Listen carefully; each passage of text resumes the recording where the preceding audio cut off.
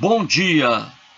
Hoje são 17 de outubro de 2019, quinta-feira, Brasília, Distrito Federal. Mais um vídeo sobre religião. Religião, pura ilusão, pura fantasia, pura superstição. Ao longo do vídeo, você verá novamente imagens da praia de Morro Branco, que fica no município, na cidade de Beberibe, a 85 quilômetros de Fortaleza, a linda praia Morro Branco. Vamos ao vídeo. Você que está assistindo a esse vídeo nesse momento, não se esqueça de uma coisa. Em sua cabeça existe um órgão chamado cérebro. Ele não está em sua cabeça para separar suas orelhas. Não está para isso, mas para fazer você raciocinar, pensar, analisar, comparar. Portanto, muito cuidado com o que você vê e lê. Se não colocar o cérebro em funcionamento, você será facilmente levado ao erro por espertalhões extremamente gulosos. Fique sabendo que existe um universo de pessoas que ganha rios de dinheiro, às custas de sua ingênua crença religiosa. Portanto, cuidado. Todo cuidado ainda é pouco. Em seu livro O Mestre Inesquecível, editora Sextante, ano 2006, na página 16, o psiquiatra Augusto Cury, ex-ateu, entre outras coisas, escreve o seguinte, abre aspas. Era seu primo, mas tinham crescido separados desde que Maria e José fugiram para o Egito e depois voltaram para a cidade de Nazaré, na Galileia. Mateus, capítulo 2, versículo 14. Fecha. Augusto Cury diz que João Batista era primo de Jesus. E afirma ainda que os dois cresceram separadamente, já que Jesus, ainda criança, foi levado por seus pais ao Egito para fugir da matança de crianças determinada pelo rei Herodes. Em que texto bíblico Augusto Cury se apoiou para fazer essa afirmação? Em que texto bíblico? A resposta é fácil. No relato lendário sobre o nascimento de Jesus, que está no Evangelho de Mateus. Se o Augusto Cury, em vez de Mateus, tivesse lido o relato lendário sobre o nascimento de Jesus, que está no Evangelho de Lucas, com certeza Augusto Cury não teria escrito que a família de Jesus foi ao Egito para fugir da ordem do rei Herodes. Ora, no Novo Testamento, existem apenas 4 evangelhos: Mateus, Marcos, Lucas e João. Dos 4, apenas 2, Mateus e Lucas, trazem os relatos sobre o nascimento de Jesus. E não são relatos reais, históricos, que ocorreram de fato, mas lendas. Por isso mesmo, são completamente diferentes e recheados de erros e ingenuidades. Os evangelhos de Marcos e João nada dizem sobre o nascimento de Jesus, porque não houve nada de extraordinário nele. O Augusto Cury leu a lenda de Mateus pensando que estava lendo um fato histórico. E mais uma vez, Cury caiu do cavalo. O teólogo, filósofo, especialista em línguas semíticas, escritor e jornalista espanhol Juan Arias, em seu livro A Bíblia e seus Segredos, Editora Objetiva, ano 2004, na página 30, escreve assim, abre aspas, é lógico, portanto, que a Bíblia apresente erros e contradições, exageros e mitos misturados com fatos reais. Fecha aspas.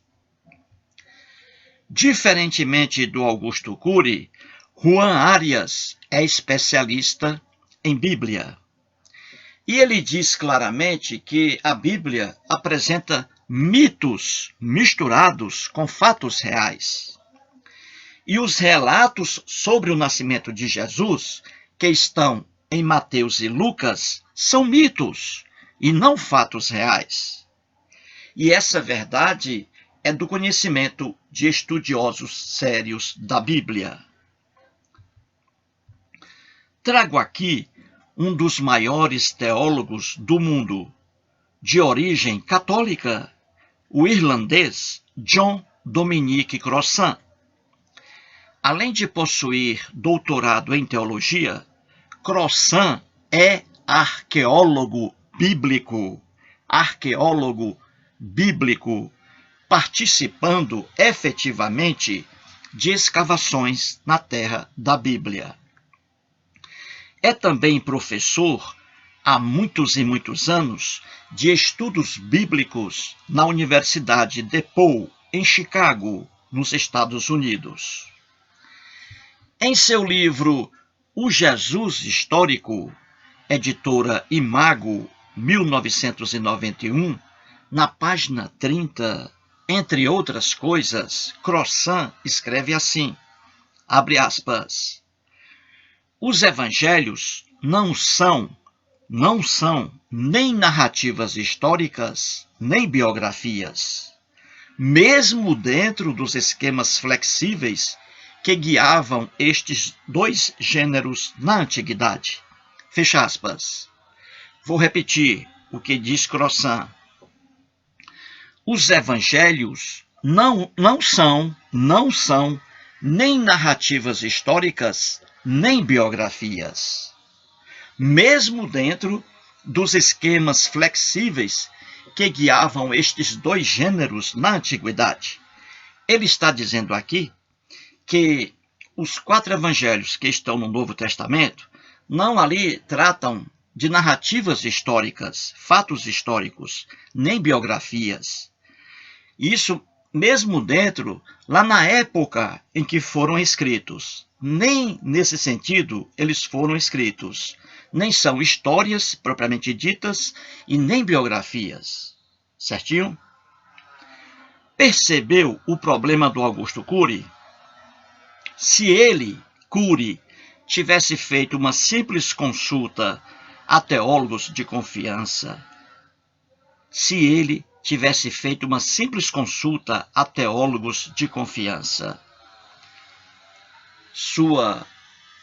seu comportamento seria outro. Cury escreveu que os pais de Jesus, José e Maria, levaram o menino para o Egito, a fim de fugir da matança de inocentes decretada pelo rei Herodes. Isso não é fato, mas lenda. O rei Herodes nunca mandou matar crianças de 2 anos para baixo. Por que, então, Mateus inventou uma desgraça dessa a ponto de enganar o psiquiatra brasileiro Augusto Cury, hein? De onde Mateus tirou essa fantasia, hein? A resposta é fácil. No Evangelho de Mateus, capítulo 1, versículos 14 e 15, está escrito, abre aspas, dispondo-se ele, tomou de noite o menino e sua mãe e partiu para o Egito.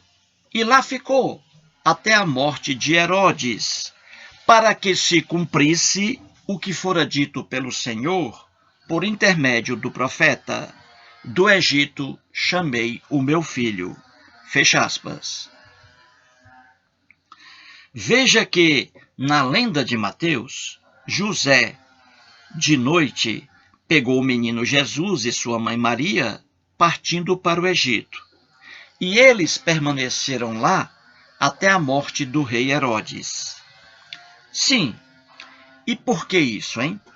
E por que isso? Ora, Mateus explica por que isso aconteceu assim. Veja a explicação do próprio Mateus. Abre aspas. Para que se cumprisse o que fora dito pelo Senhor por intermédio do profeta. Do Egito, chamei meu filho. Fecha aspas. Ora, quem escreveu o Evangelho de Mateus está dizendo que aquilo que aconteceu foi o cumprimento de uma profecia que estava nas Escrituras hebraicas. O objetivo de Mateus era mostrar a realização de uma profecia, que uma profecia estava se cumprindo. Só que não estava se cumprindo profecia alguma. Tudo invenção de Mateus. O Evangelho de Mateus está repleto também de fantasias. O que ele fez aí? Ele criou uma história fantasiosa para adequá-la a profecias que ele conhecia. E os cristãos da época pensavam que realmente era um cumprimento de uma profecia. É o que os teólogos sérios chamam de, entre aspas, profecia historicizada. Profecia historicizada. O que é isso? Você pega uma profecia antiga e cria uma história fantasiosa com base nessa profecia. E depois diz que essa história é o cumprimento de uma profecia tal. Entendeu? É fácil ver que Mateus enganou muita gente. Até mesmo o Augusto Cury caiu em sua conversa fiada. E o próprio Mateus não estava nem preocupado se alguém iria desmenti-lo. Ora, ele mesmo diz que a profecia dizia o seguinte: do Egito chamei o meu filho. Essa profecia, entre aspas, está no livro de Oséias, capítulo 11, versículo 1. Abre aspas. Quando Israel era menino, eu o amei, e do Egito chamei o meu filho. Fecha aspas. Vou repetir. Quando Israel era menino, eu o amei, e do Egito chamei o meu filho. Fecha aspas. Como se vê facilmente, o menino dessa profecia era Israel, o povo israelense que estava sob escravidão no Egito. E na lenda de Êxodo, o Deus hebreu chamou seu filho Israel do Egito. Isto é, o menino dessa profecia de Oséias, trazida pelo Mateus, o menino nada tem a ver com o menino Jesus na lenda de Mateus. Essa profecia foi escrita após o Êxodo como lembrança de Oséias. Oséias estava se referindo à saída do povo de Israel do Egito. Somente 700 anos depois, quase 1000 anos, 700 anos depois, 7 séculos, Mateus pegou essa passagem bíblica de Oséias e a colocou na sua lenda sobre o nascimento de Jesus. Quando um cristão lê do Egito chamei o meu filho, ele pensa, coitado, que o meu filho se refere ao menino Jesus. Errado. Completamente errado. A expressão meu filho significa o povo de Israel. o povo de Israel e nada a ver com Jesus. Entendeu agora o que é profecia historicizada? Por favor, explique isso ao Augusto Cury. Muito obrigado.